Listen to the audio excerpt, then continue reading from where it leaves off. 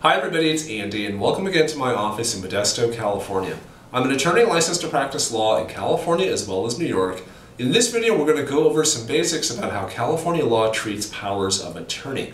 So a power of attorney document is a legal document by which a person called the principal is able to delegate or give over some decision-making power, some decision-making authority that they would ordinarily exercise on themselves, and they're going to make it so that somebody else can exercise that power for them. So that other person over here is called the agent. So the principal has some power, gives the power to the agent for the agent to exercise for the principal's benefit. So a lot of times people have heard of powers of attorney, but nobody's really kind of defined it. So hopefully that definition I gave is not too confusing. If it is, let me give you some examples. So two common examples that I've run into before is, let's say that you are in the U.S. military and you're from, say, California, but let's say for whatever reason you have to deploy to Korea, you have to deploy to Iraq, Afghanistan, something like that. Basically, you have to deploy outside the United States for several months. So while you're gone, you can't really interact with people in the United States real well. You can't conduct business. So in that situation, it might be useful to give over, say, your ability to go to the bank, etc., and have your mom do it for you, or have your dad or your sister, to basically make it so that your brother, your dad, your sister, some other person can interact with your bank for you, just like your bank would interact with you. Obviously the person you delegate has to be somebody that you trust, is reliable, all that stuff. So I'll give you another example. Let's say that you're the principal, but you're getting on in years, like you're getting a bit older. You know that your health is not so good. Maybe you have early onset dementia or something, and you know that in a couple of years you're not going to be able to handle stuff on your own. You're not going to be able to file taxes on your own. You want to make it so that you're prepared for when the day comes and you have somebody there who can take care of your banking needs, your financial needs, like if you get sued, like somebody can take care of that for you. Basically to handle all of the grown-up stuff, I guess, that when you were kids, like you didn't really have to worry about. So that's kind of two very common examples in which a power of attorney is something that would be very useful, I guess. So that said, a very common kind of question that I get, like a follow-on question that I get is, Andy, if I want to sign a power of attorney, do I have to get it notarized or can I just get it witnessed? So a power of attorney generally, like I just described, is in California Probate Code section 4123, which I'll go ahead and link down below for you in the description. But the power of attorney generally is California Probate Code section 4123. The answer to the notarization versus witnessing question, however, is in California Probate Code section 4121, and specifically it's subsection C that you're interested in. So 4121C, again, I'll paste and link it down below for you.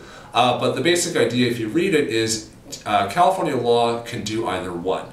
So if you want to notarize your power of attorney document, you certainly can, and it's fine that way, like it's valid after you notarize it. Or if you don't want to notarize it for whatever reason, you can have it signed by witnesses also. So between the two of them, if you can, I generally try to go for the notarization method because it's very straightforward. Just find any notary anywhere, pay them the $5 or $10 per signature, and that'll be that's basically it. If you have to have a notary come out to you, like a traveling notary, there's an extra fee for that typically. But if you find a fixed business where the notary doesn't travel, going to them, those businesses are everywhere. So a lot of times people think that, oh, well, there's no notary close to me. I would be very skeptical of that. Like, look a little harder. I'm almost willing to bet that there is. It's probably just not something you've looked up before. So anyway, that said, notarization or witnesses are sufficient. You can do either one. Sometimes people do both. It's not required that you do both, but you certainly can. Maybe it makes you feel better. So that said, if you want to do the notarization way, I typically like that better because it's easy, straightforward, very inexpensive. If, however, you genuinely cannot get a notary to do your power of attorney, you can get it witnessed, and specifically you have to have two independent witnesses. So if you're going to do it that way, the next question basically is, Andy, who can be a witness? So the answer to that question is in California Probate Code section 4122. So we're all basically in like the 4120-ish kind of section, I guess.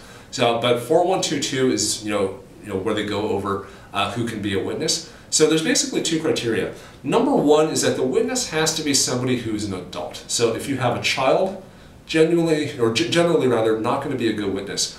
If you have somebody who is over age 18, but for whatever reason their mental kind of state is less than 18, generally not a good idea to use them as a witness either. Anyone who has problems with like perception, or anyone who has problems testifying as to what happened and stuff, generally not a good idea to use as a witness. Best to get somebody else.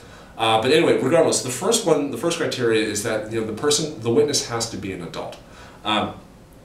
Number two, and this one's pretty straightforward, I guess, is that the agent in fact, sometimes called the attorney in fact, the agent who is being designated in the power of attorney cannot be a witness. That's pretty straightforward because basically this person, the agent over here, you just can't use them. You can use basically anybody else who's an adult, just not the agent.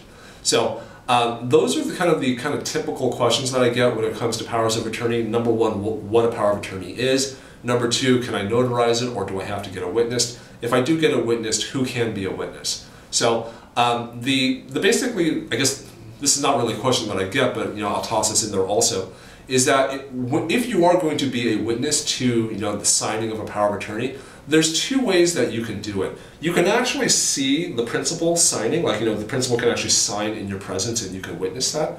That would be great, I think. The other way is called acknowledgement, and that basically is the principal signs his or her name, calls you over and says, hey, I just signed this, this is my signature. So the thing is, the admission that that is their signature, that's sufficient also. That's called acknowledgement of the principal to the witness. Yeah, so hopefully that was not too confusing. Go ahead and rewind this video if you want, watch it again, and leave me a comment, subscribe, all that nice stuff, and I will talk to you guys next time. Thanks.